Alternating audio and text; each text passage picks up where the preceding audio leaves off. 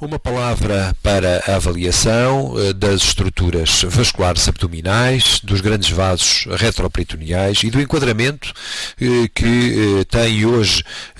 as técnicas angiográficas invasivas e não invasivas. Claro que a técnica invasiva é a angiografia convencional, obviamente hoje são apenas realizadas angiografias de subtração digital, portanto onde é possível apenas observar os vasos sem a sobreposição das estruturas ósseas e podemos realizar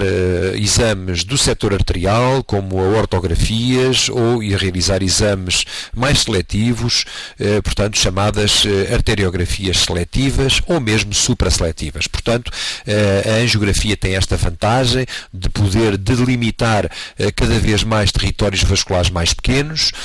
quando o que está em causa é a demonstração apenas da vascularização de um determinado território, ou pelo contrário, quando se pretende fazer a administração de drogas ou de processos de embolização. Portanto, a técnica da angiografia de subtração digital ou da angiografia de intervenção, se preferirmos, é hoje uma técnica de grande valor, sobretudo pela sua dimensão terapêutica, permitindo, portanto, todos estes gestos, dilatações, de estenoses, colocação de stents, portanto, tudo isso pode ser efetivamente realizado com o recurso à angiografia.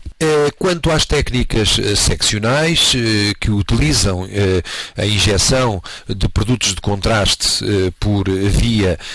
intravenosa, e estou-me aqui a referir concretamente à angiotaque e à angiorressonância,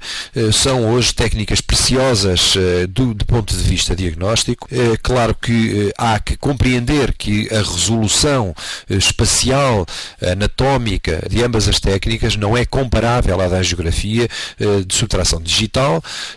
mas desde que isso não venha a influir negativamente na capacidade diagnóstica, isso em geral não causa qualquer problema. E, de facto, na maior parte das vezes, o que pretendemos é a avaliação dos vasos e dos grandes troncos vasculares,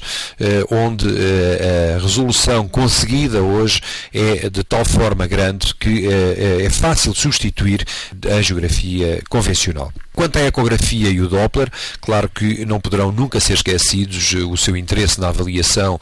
vascular e na informação no que diz respeito aos fluxos e às pressões intravasculares, e de facto essa técnica é normalmente uma técnica de primeira linha, facilmente executada, mas depois a demonstração morfológica em geral acaba por recair sobre uma destas técnicas não invasiva. Portanto, a angiotaque, a angiorressonância, sobretudo, aparecem hoje como procedimentos diagnósticos fundamentais.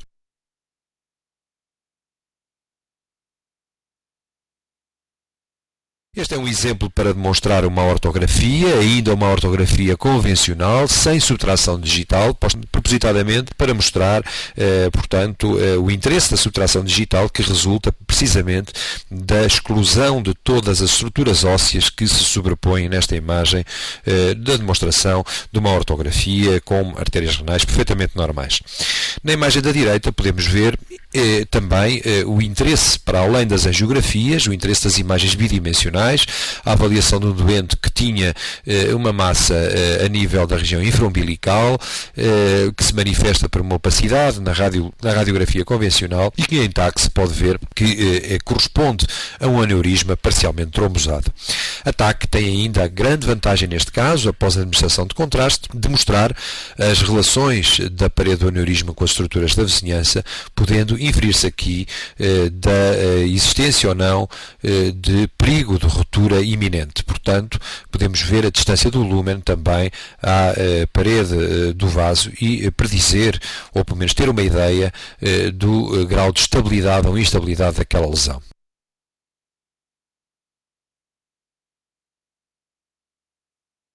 Um outro caso de um aneurisma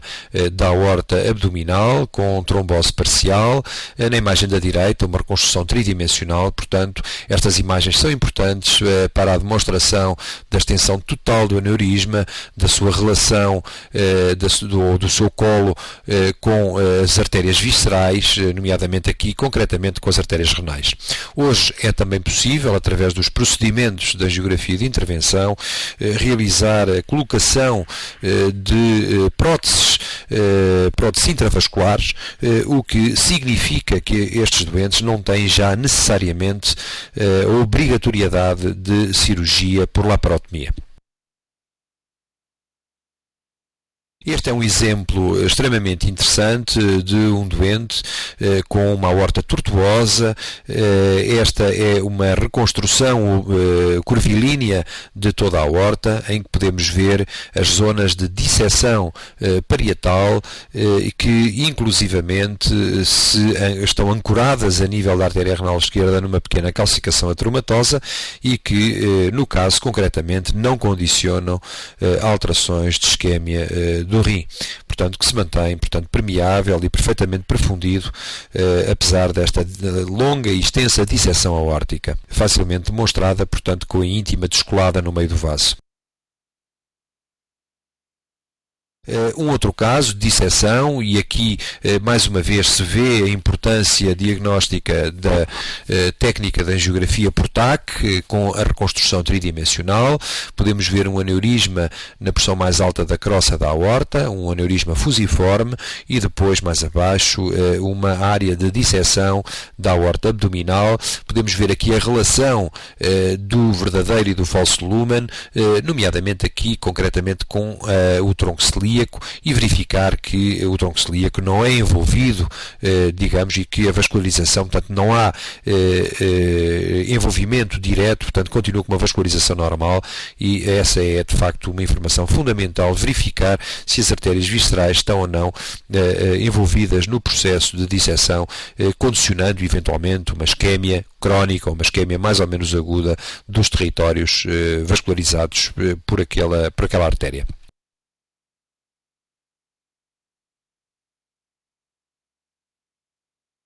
Outra aplicação da angiografia diagnóstica, tratava-se de uma paciente com uma suspeita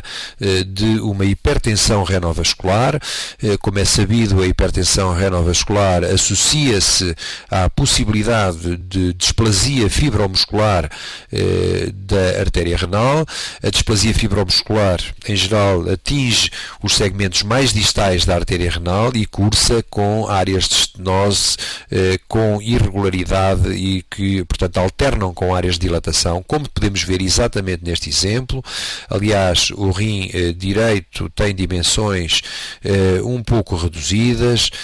o efeito nefrográfico era também inferior ao do lado oposto e a artéria renal tinha este aspecto morfológico. Este é um exemplo de uma angiografia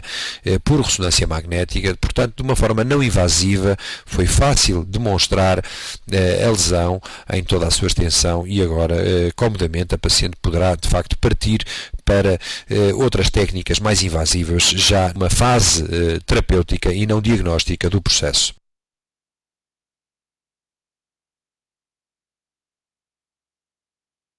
O interesse da angiografia é hoje enorme, as aplicações vastíssimas,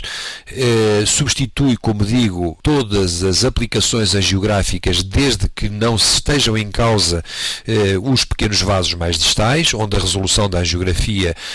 convencional é de facto inexistível. Este é um exemplo também para demonstrar a possibilidade da utilização da técnica mesmo em crianças, em recém-nascidos e portanto, em crianças. Há alguma experiência acumulada na realização de angiografias torácicas em pacientes com cardiopatias congénitas, e aqui temos um exemplo à esquerda de uma crosta aórtica e de uns troncos supraórticos normais. Portanto, é possível avaliar no mesmo tempo o setor arterial, as artérias pulmonares, o retorno venoso para a aurícula esquerda. Portanto, esta é uma vista posterior do arco aórtico, e à direita temos neste recém-nascido a visualização simples de uma coartação da aorta a nível da região ístmica, imediatamente após a emergência da artéria subclávia esquerda, e que cursa também com uma hipoplasia tubular de toda a crosta distal.